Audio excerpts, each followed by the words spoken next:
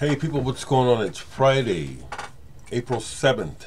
Cheers, and let's get back to our regular programming, hey? Excuse me, just waking up.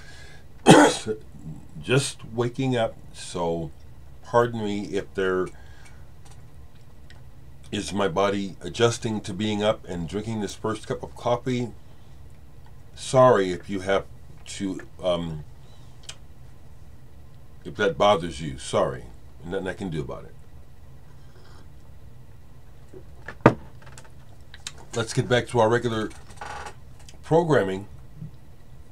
I will thank you profusely at the end for your support. But to get right to it, it's Bandcamp Friday.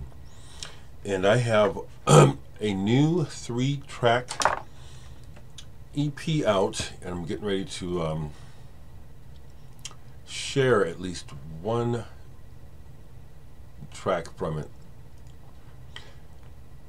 What's up is that, as you know, when Ryuichi Sakamoto passed away last week, you know, it's touched a lot of people, including me. And one of the things that I did, as I shared with you, is I basically wrote a piece, and it was really not even so much writing as just capturing the moment of feeling Sakamoto through listening to another piece of his, and I just went and played this. It's just simple, but I see that it's been shared widely. People feel it. I know I feel it. So that and 2 other brand new songs. Now I'm going to play one of them in the background here. It's called Let's Go. And the versions that are released today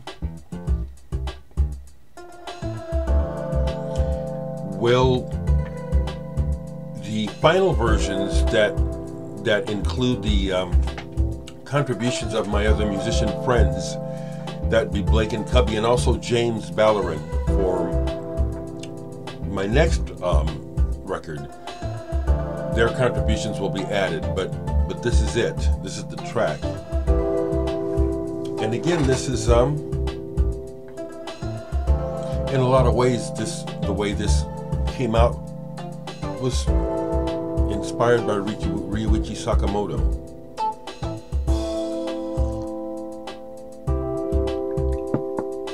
It's real simple right now, but you'll catch it, you know, and when you play it, this music it's music for living. That's what this music is. It's just music for life, okay?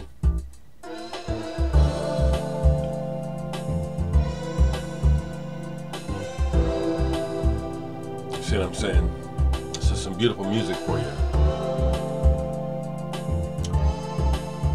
So, the other personal music news I want to share is that come on, yeah, here it is. I just told you folks about Glow in the Dark. I reviewed their Teen Line Neurotica CD and shared with you the tragic story of Lawrence Deal, the lead singer of the band, who just took his life a few months ago. I also shared that I thought that I heard in the lyrics hints at what was to come, that there was trouble in the air.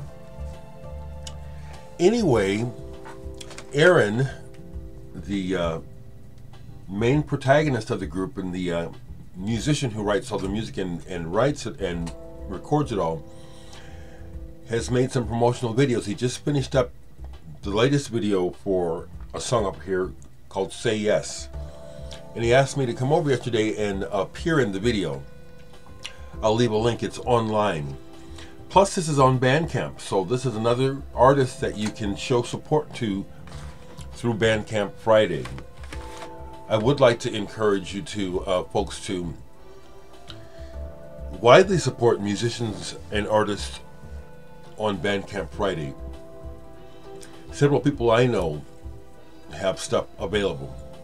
Everyone from Carla DeRatz to Jerry King to Dave Newhouse to Dave Nance, a bunch of people I know. The other thing about Bandcamp is that major artists use it. It's a good platform. It is.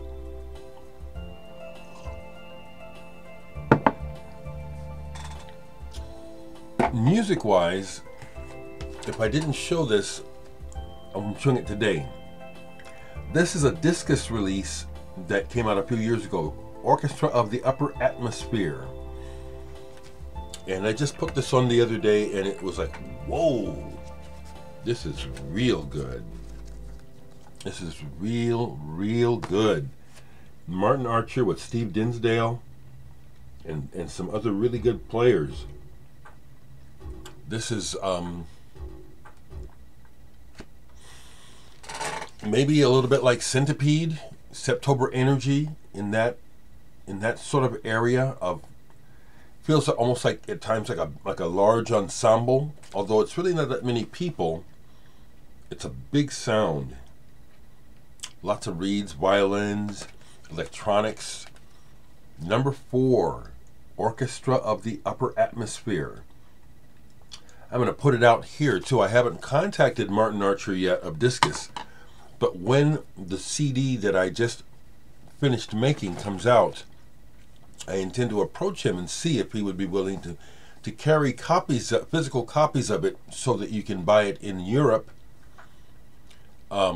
without the exorbitant postage that you would have to pay if you bought it directly from me.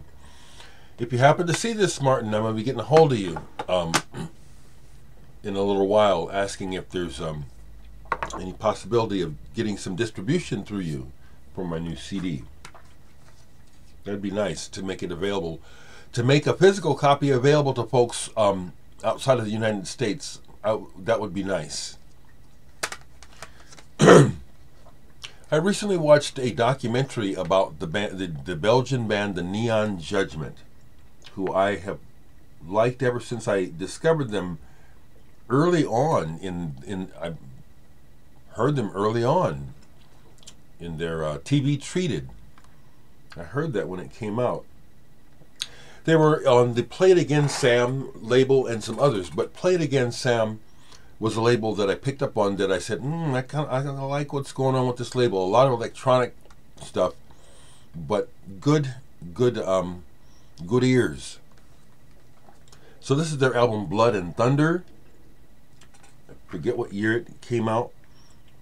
1989, I think. When this came out, it seemed like they were just like making some headway into getting attention in America. It didn't pop, but this album was really good. It's still really good. Doesn't sound dated to me. The Games of Love. Look that song up by the Neon Judgement. That could be a smash hit, I think, even today. Just the way it sounds on this record. The Games of Love could be a smash hit. It's a badass tune. Very interesting band, duo. Very interesting. Was happy to find a documentary about them. I like finding documentaries and interviews with musicians and artists that I think are really good, but they get no attention. With that in mind, I've really been getting into Depeche Mode. This new album is really good. I've always liked them, actually. So I pulled out some Recoil. Alan Wilder, one of the original members who left the band a long time ago, and then consequently, I understand, totally left the music industry because it's just, it's a load of shit. The recording industry as a thing, as a corporation, sucks. This is way cool. It's, you hear samples of stuff where that sounds like Depeche Mode because those are his settings, those are his sounds. That's his contribution to the band's sound. Alan Wilder, it's very important to the development of Depeche Mode's music You know, Vince Clarke was the original songwriter, and when he left, light-skinned black man Martin Gore took up the mantle of writing, but Alan Wilder also did as well, and so his contribution maybe sometimes gets lost when people talk about the band. But Depeche Mode, Alan Wilder was real important to their development. Played this, had is this Belgian? I think so. Cortex, Troupeau Bleu. I showed this when I bought it not that long ago, or I don't know, it doesn't seem like it was that too many years ago. Jazz rock, lovely, lovely. Turning Point comes to mind. They don't really sound like Isotope, but kind of in that area. Really tasty, tasty. Yeah, I was listening to some jazz rock apparently. I was listening to Ibis, Sun Supreme. This is this interesting album. It's jazz rock, but it also has this the text, the words, you know, kind of spiritual. I like showing this because that's a beautiful. It's noisy though. That marbly gold. In order to get that, you unfortunately can hear in the vinyl the components that it took to make that marble. You can hear it. But I don't play this that often, so that's not a big deal. It's a good album, though. I love the way it looks. Good album. More trivia. Rick Parnell, the drummer on here, was also in a bunch of other bands. Horse, Atomic Rooster. And he passed away not that long ago, but we were friends on Facebook. I'd never met him, but we shared a word or two, and mostly he was a joker. Funny kind of body, but left of center kind of humor, which I found interesting. Interesting man and a very good drummer. He also played with Brand X. Sat in with Percy Jones, who I interviewed. You saw my interview with Percy. Italian, I'm pretty sure. Is it Italian or is it French? See, I get him. I think this is French now. Yeah, I think these guys are French. Transit Express, Opus Progressif, inspired very much by Mahavishnu Orchestra. As I look at these names, Serge Perathoner, I think he was involved in Magma. So this is French band. Transit Express, good stuff. I really don't get tired of this stuff, the fusion stuff. You know, I have to be in the mood for it, but when I'm in the mood, I just love it. I love that interplay. Here's another Neon Judgement. I learned a lot about this album in the video because when this came out, Horny as Hell is the name of this, and they had a I have the single from this, which again is really good. Miss Brown. There's a video for it too. It's really good. But the album, if you didn't know, you would think that it was just trying to be kind of in your face about sex, but in the documentary, they explain that this is a treatise on censorship and the emerging use of technology for surveillance. And so that's really what they're saying is, well, we're going to do this while we can, and we're going to stick it in your face. You know, it's like the whole idea that sex is bad and hide it and shit like that. You know. So after seeing the documentary, just Google it on YouTube. You'll find it easy. Neon Judgement documentary. That's how I find shit, people. I just get Googling on, the various platforms. You'll find it. It's interesting. I forget who sent this to me. Valerio Cosi plays Popol. I'm sure this was sent to me because I don't remember buying this. But I just randomly pulled it, and it's not great, but it's pretty good.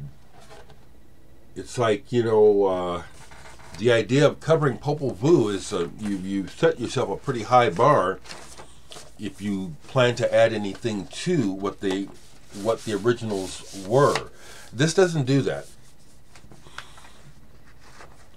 He does his own thing with the stuff, and it ends up being pretty good. But for me, being a big Popol Vuh lover, it's almost like the record shot itself in the foot by saying plays Popol Vuh, because my expectations, even though I say it's not wise to have expectations, but my thought is, well, this, you know, it's high. The expectation is high because it's Popol Vuh. It took a while for the record to catch up to what I thought it could do. It's pretty good. There's another random poll that is like, we have these records, let's listen to them. Traveling is the name of the band. Voici la Nuit, Tombee, French. This definitely has that Canterbury soft machine egg sound. Specifically the keyboard sound. It's that Dave Stewart sort of setting on the organ. This is pretty good. The compositions are okay, and then there's a lot of repetition. It's like, you know, there's a couple of good ideas, and then the rest is filling time. When I bought this, I didn't know it would be on yellow vinyl. I'm sure that's kind of cool. But this is good, actually. I mean, especially if you are someone who likes that Canterbury sound and you're looking for more in that vein, here's something for you. Traveling. Let me get the record in and I'll show it to you again. Excuse me. Traveling. Okay. And that's all that's sitting out that I haven't shown. So let me just wrap this up because it's already 17 minutes. Folks, I want to again thank all of you who left messages of support and understanding. Thank you very much. Yeah, I speak out against this stuff because it's absolute insanity to think that here, all I have been doing for years is getting on here and talking about music and sharing my personal opinion, and it results in some dimwit lowlife actually leaving a comment wishing I would die soon. How utterly insane is that? How utterly uncalled for and weird. As you all see, all I'm doing here is I'm in my home talking about records. I give my opinions. I always say it's just my opinion. And I get this clapback from total strangers. Negative, ugly. The gaslighting where people say, I mean, just those words familiar to you?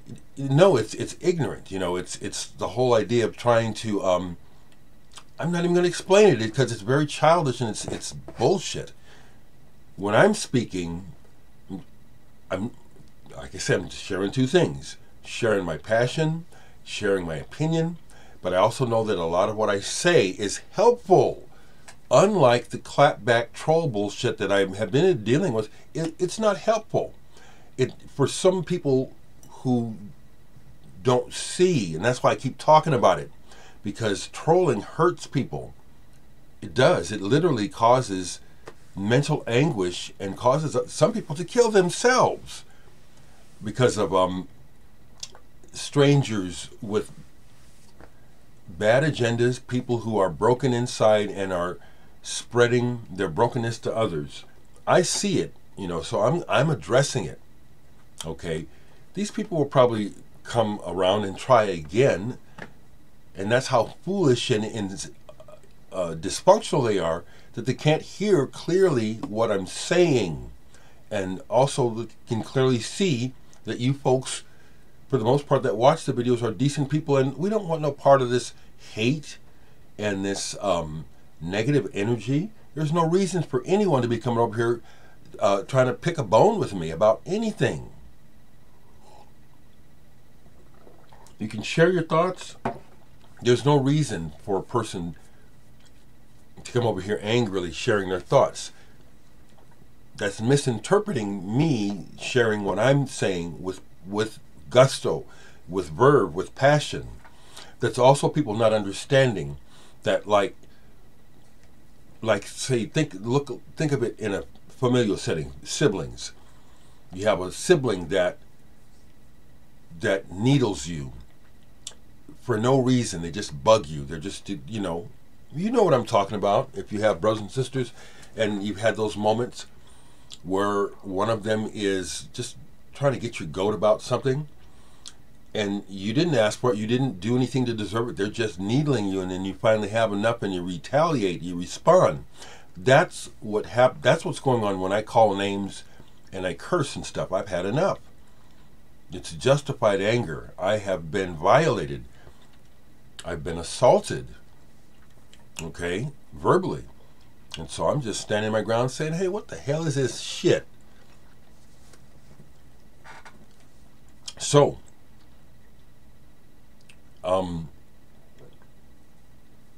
if it keeps happening, I'll talk about it as much as I have to, because I'm on the receiving end, and it's foolish. And it's, again, as someone else pointed out, it absolutely does go along with the times, with this big fascist ultra-right push in everything, you know, taking away people's rights, banning books. That bullshit down in Tennessee. Look what happened. The politicians who are supposed to represent the people, and when the politicians actually do join in the chorus of the people saying, listen, they get expelled. And who gets expelled? The two black ones.